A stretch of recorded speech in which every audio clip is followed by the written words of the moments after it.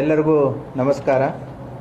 ಇವತ್ತಿನ ದಿನ ಕಳೆದ ತಿಂಗಳು ಮಣ್ಣುಗುಳಿಯಲ್ಲಿ ಆದಂತಹ ಕೆನರಾ ಬ್ಯಾಂಕ್ ಕಳ್ಳತನ ಪ್ರಕರಣಕ್ಕೆ ಸಂಬಂಧಪಟ್ಟಂತೆ ಇವತ್ತಿನ ಪತ್ರಿಕಾಗೋಷ್ಠಿಯನ್ನು ಕರೆಯಲಾಗಿದೆ. ಈ ಪತ್ರಿಕಾಗೋಷ್ಠಿ ಇದು ಭಾಗ 1. ಸೊ ಇದರಲ್ಲಿ ಆಗಿರುವಂತಹ ಘಟನೆಗಳು ಮತ್ತು ಈಗ ತನಿಖೆಯಲ್ಲಿ ಆದಂತಹ ಏನು ಘಟನೆಗಳಿದ್ದಾವೆ ಅದನ್ನು ತಮ್ಮ ಗಮನಕ್ಕೆ ತರ್ತಾ ಇದ್ದೀವಿ. ದಿನಾಂಕ 23/5/2025 ಮತ್ತು 24/5/2025 ಈ 2 ದಿನಗಳು ಮಧ್ಯದಲ್ಲಿ ಮಣ್ಣುಗುಳಿಯಲ್ಲಿದ್ದಂತಹ ಬ್ಯಾಂಕಿನಲ್ಲಿ ಕಳ್ಳತನ ಆಗಿದೆ ಅಂತಂತೇಳಿ ಅವರ ಬ್ಯಾಂಕ್ ಮ್ಯಾನೇಜರು ಒಂದು ಕಂಪ್ಲೇಂಟನ್ನು ಕೊಟ್ಟಿದ್ದರು.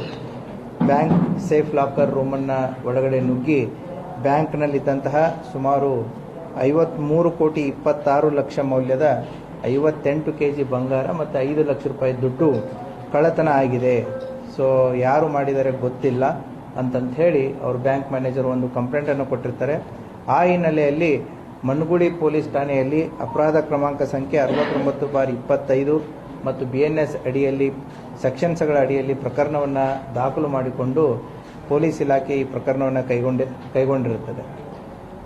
ಆದಂತಹ ಪ್ರಮಾಣ ಮತ್ತು ಆದಂತಹ ಘಟನೆಗೆ ಸಂಬಂಧಪಟ್ಟಂತೆ ಪೊಲೀಸ್ ಇಲಾಖೆ ಒಟ್ಟು 8 ತನಿಖಾ ತಂಡಗಳನ್ನು ರಚನೆ ಮಾಡಿರುತ್ತೆ. ಅಡಿಷನಲ್ SP ನಮ್ಮ ರಾಮನಗೌಡ ಹಟ್ಟಿ ಅವರ ಮಾರ್ಗದರ್ಶನದಲ್ಲಿ 8 ತಂಡಗಳು ಕೆಲಸವನ್ನು ನಿರ್ವಹಿಸಲಿಕ್ಕೆ ಒಂದು ಆದೇಶವನ್ನು ಮಾಡಿ DSP ರೂರಲ್ ಅವರ ಒಂದು ತಂಡ, CPI ರೂರಲ್ ಅವರ ಒಂದು ತಂಡ, DSP ಸೆನ್ ಸುನಿಲ್ ಕಾಂಬ್ಳೆ ಅವರ ಒಂದು ತಂಡ, DSP ಬಾಗೇವಾಡಿ ಬಲ್ಲಪ್ಪ ನಂದಗಾವಿ ಅವರ ಒಂದು ತಂಡ, ಟೆಕ್ನಿಕಲ್ ತಂಡ ಮತ್ತು ಅವರ ಜೊತೆಗೆ ನಮ್ಮ ಇನ್ಸ್ಪೆಕ್ಟರ್ ಬಾಗೇವಾಡಿ ಗುರುಶಾಂತ್ ದಾಶಾಳ್ ಅವರ ಒಂದು ತಂಡ, CPI ನಿಡಗುಂದಿ ಅಶೋಕ್ ಚವ್ಹಾಣ್ ಅವರ ಒಂದು ತಂಡ, ಅದರ ಜೊತೆಗೆ ಸುಮಾರು 10ಕ್ಕಿಂತಲೂ ಹೆಚ್ಚು PSI ರವರು ಈ ತಂಡಗಳಲ್ಲಿ ಮತ್ತು ಆ ಸಿಬ್ಬಂದಿಗಳನ್ನು ಒಳಗೊಂಡಂಥ ಒಂದು ತಂಡವನ್ನು ರಚನೆ ಮಾಡಿರುತ್ತೆ.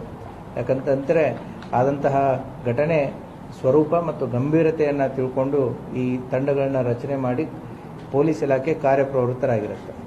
ಸೊ ಆ ಹಿನ್ನೆಲೆಯಲ್ಲಿ ಈಗ ಈ ಪ್ರಕರಣದಲ್ಲಿ ಆರೋಪಿಗಳಾದಂತಹ ವಿಜಯ್ ಕುಮಾರ್ ಮಿರಿಯಾಳು 41 ವರ್ಷ, ಈತ ಬ್ಯಾಂಕ್ ಮ್ಯಾನೇಜರ್ ಆಗಿ ನಮ್ಮ ಕೋಲಾರ ತಾಲೂಕಿನ ರೋಣಿಹಾಳ್ ಬ್ಯಾಂಕಲ್ಲಿ ಕೆಲಸ ಮಾಡ್ತಾ ಇದ್ದಾನೆ.